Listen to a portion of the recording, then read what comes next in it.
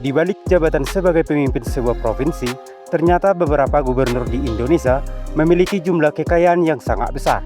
Ada yang berasal dari latar belakang pengusaha, memiliki investasi, aset properti, hingga berbagai bisnis sebelum terjun ke dunia politik. Berdasarkan data LHKPN terbaru tahun 2026, sejumlah gubernur tercatat memiliki harta mencapai ratusan miliar rupiah, bahkan ada yang mendekati angka 1 triliun rupiah. Lalu siapa saja gubernur terkaya di Indonesia saat ini? Berikut adalah 7 gubernur dengan total kekayaan terbesar tahun 2026, lengkap dengan perjalanan karir dan sumber kekayaan mereka. 7. Pramono Anung. Siapa sangka sosok yang kini memimpin salah satu kota paling penting di Asia Tenggara ternyata memiliki aset mencapai lebih dari 100 miliar rupiah.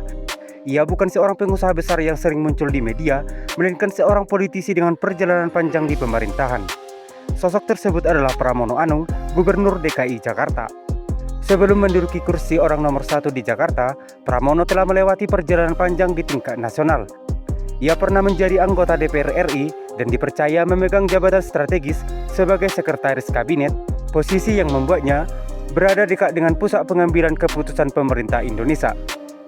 Berdasarkan laporan LHKPN, Pramono Anung tercatat memiliki kekayaan sekitar 114,5 miliar rupiah.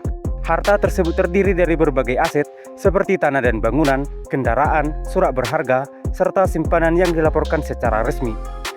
Salah satu penyumbang terbesar kekayaannya berasal dari aset properti yang tersebar di beberapa wilayah Indonesia. Selain itu, ia juga memiliki investasi dalam bentuk surat berharga yang menjadi bagian dari strategi pengelolaan asetnya. Menariknya, nilai kekayaan tersebut bukan berasal dari satu bisnis besar, melainkan hasil akumulasi selama puluhan tahun berkarir di dunia politik dan pemerintahan. Pengalaman panjang itulah yang kemudian membawanya dipercaya memimpin Jakarta, kota dengan perputaran ekonomi terbesar di Indonesia. 6. Herman Deru. Tidak semua pemimpin daerah datang dari dunia bisnis besar. Ada juga sosok yang membangun karirnya melalui pengalaman panjang di pemerintahan hingga dipercaya memimpin salah satu provinsi dengan perekonomian terbesar di Pulau Sumatera. Sosok tersebut adalah Herman Deru, Gubernur Sumatera Selatan. Sebelum menjadi gubernur, ia telah lama dikenal sebagai tokoh pemerintahan daerah. Ia pernah menjabat sebagai Bupati Ogan Komering Ulu Timur selama 2 periode sebelum akhirnya terpilih memimpin Provinsi Sumatera Selatan. Berdasarkan laporan LHKPN, Herman Deru tercatat memiliki total harta kekayaan sekitar 147,31 miliar rupiah. Sebagian besar aset kekayaannya berasal dari kepemilikan properti dan investasi yang telah dikumpulkan selama perjalanan karirnya.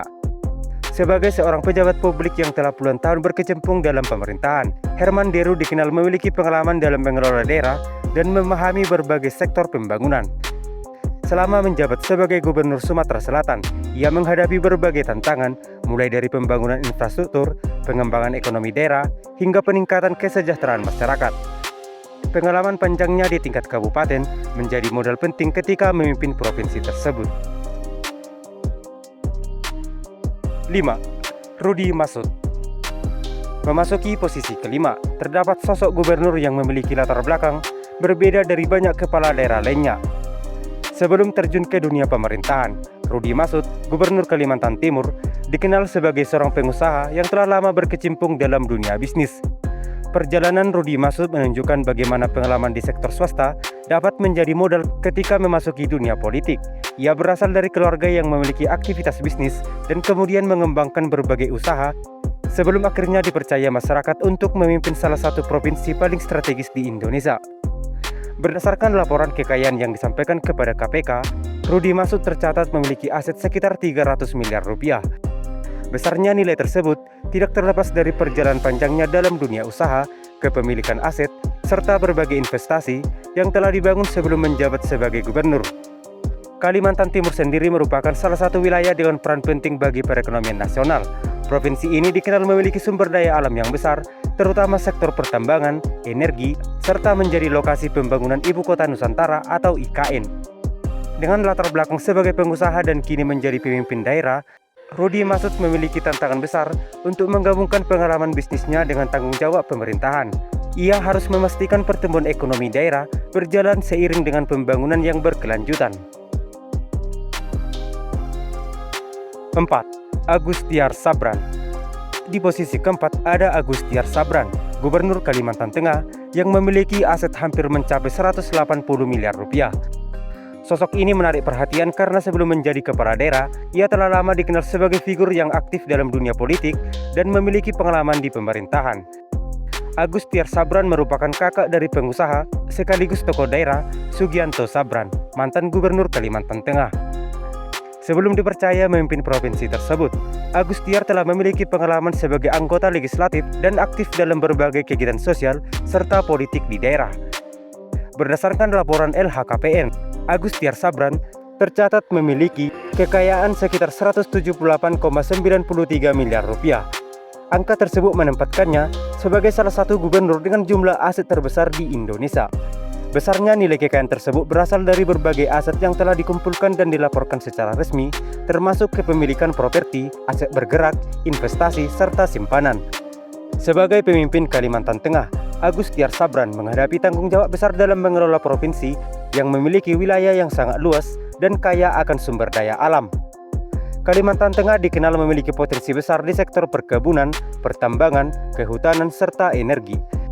Selain persoalan ekonomi, tantangan lain yang harus dihadapi adalah pembangunan infrastruktur, pemerataan kesejahteraan masyarakat, serta menjaga keseimbangan antara pertumbuhan ekonomi dan kelestarian lingkungan.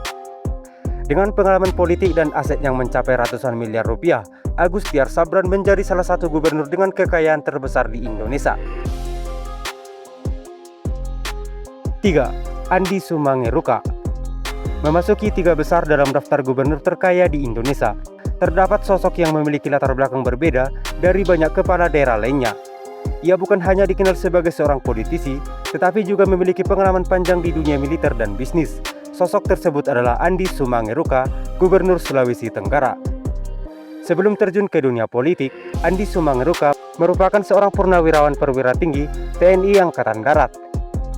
Pengalaman puluhan tahun dalam dunia militer membentuk karakternya dalam kepemimpinan, kedisiplinan, serta pengelolaan organisasi berskala besar.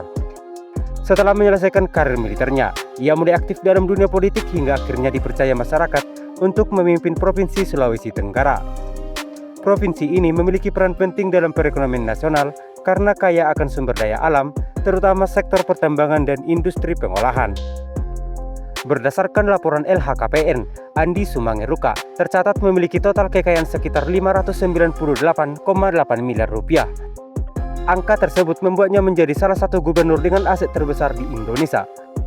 Besarnya nilai kekayaan tersebut berasal dari berbagai aset yang dimilikinya, termasuk kepemilikan tanah dan bangunan, surat berharga, kas, serta aset lainnya yang tercatat dalam laporan kekayaan penyelenggara negara. Dalam laporan sebelumnya, komponen besar kekayaannya berasal dari kas dan setara kas, serta investasi surat berharga. Perjalanan Andi Sumangeruka menunjukkan perpaduan antara pengalaman kepemimpinan, dunia profesional, dan politik. Setelah bertahun-tahun mengabdi di militer, ia kemudian membawa pengalaman tersebut ke pemerintahan daerah dengan tanggung jawab besar untuk membangun Sulawesi Tenggara.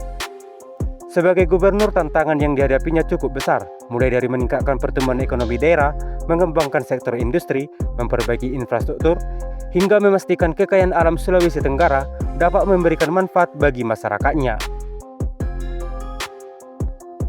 2. Muhyiddin. Di posisi kedua dalam daftar gubernur terkaya di Indonesia tahun 2026 terdapat Muhyiddin, Gubernur Kalimantan Selatan. Sosok ini dikenal sebagai salah satu politisi daerah yang memiliki perjalanan panjang dalam dunia pemerintahan dan bisnis. Sebelum menjadi gubernur, Muhyiddin telah lama berkiprah di dunia politik Kalimantan Selatan. Ia pernah menjabat sebagai wali kota Banjarmasin dan kemudian dipercaya menjadi wakil gubernur Kalimantan Selatan sebelum akhirnya menduduki posisi sebagai gubernur. Perjalanan karirnya menunjukkan pengalaman yang panjang dalam mengelola pemerintahan daerah. Selama bertahun-tahun, ia terlibat langsung dalam berbagai program pembangunan dan kebijakan yang berkaitan dengan masyarakat Kalimantan Selatan. Berdasarkan laporan LHKPN, Muhyiddin tercatat memiliki total kekayaan sekitar 414 miliar rupiah. Jumlah tersebut berasal dari berbagai aset yang telah dikumpulkan selama perjalanan karirnya, termasuk aset properti, kendaraan, investasi, serta aset lainnya yang dilaporkan secara resmi. Kalimantan sendiri merupakan salah satu provinsi penting di Indonesia, terutama karena memiliki potensi besar dalam sektor pertambangan, perkebunan, perdagangan, dan industri. Sebagai pemimpin daerah, Muhyiddin memiliki tanggung jawab untuk memastikan potensi ekonomi tersebut dapat memberikan manfaat bagi masyarakat. 1. Sherly Juanda.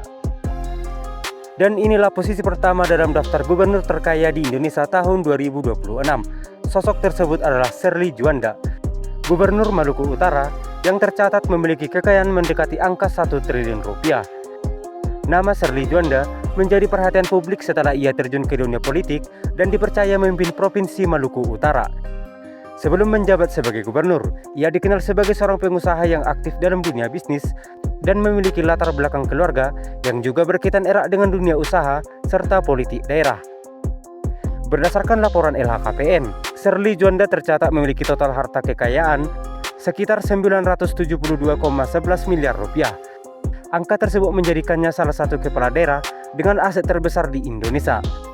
Kekayaannya berasal dari berbagai kepemilikan yang dilaporkan secara resmi, termasuk aset properti, investasi, surat berharga, kas, serta aset bernilai lainnya. Besarnya nilai kekayaan Sherly tidak terlepas dari perjalanan panjangnya di dunia usaha sebelum memasuki pemerintahan. Pengalaman mengelola bisnis memberikan bekal dalam memahami sektor ekonomi, investasi, dan pengembangan daerah. Sebagai Gubernur Maluku Utara, ia memimpin provinsi yang memiliki potensi ekonomi sangat besar. Maluku Utara dikenal kaya akan sumber daya alam, terutama sektor pertambangan, nikel, perikanan, serta potensi industri pengolahan. Tantangan terbesar bagi pemerintah daerah adalah bagaimana mengelola kekayaan alam tersebut agar memberikan manfaat luas bagi masyarakat. Perjalanan Sherly Juanda menjadi menarik karena ia menunjukkan perubahan dari seorang pengusaha menuju pemimpin daerah.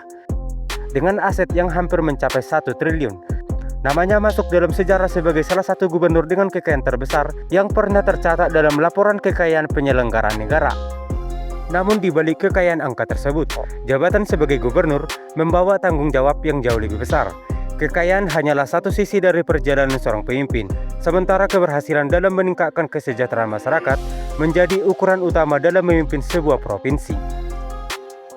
Itulah daftar 7 gubernur terkaya di Indonesia tahun 2026 berdasarkan laporan harta kekayaan yang dilaporkan melalui LHKPN dari para pemimpin daerah dengan latar belakang politik, militer, hingga pengusaha. Terlihat bahwa perjalanan menuju kesuksesan finansial dapat ditempuh melalui berbagai jalur. Namun besarnya jumlah kekayaan bukan hanya tentang angka, melainkan juga tentang bagaimana seorang pemimpin menjalankan amanah, mengelola potensi daerah, dan memberikan dampak bagi masyarakat yang dipimpinnya. Jadi bagaimana menurut kalian? Tulis pendapatmu di kolom komentar. Sekian video dari kami, jangan lupa like, share, dan subscribe. Terima kasih sudah menonton. Sampai jumpa di video selanjutnya.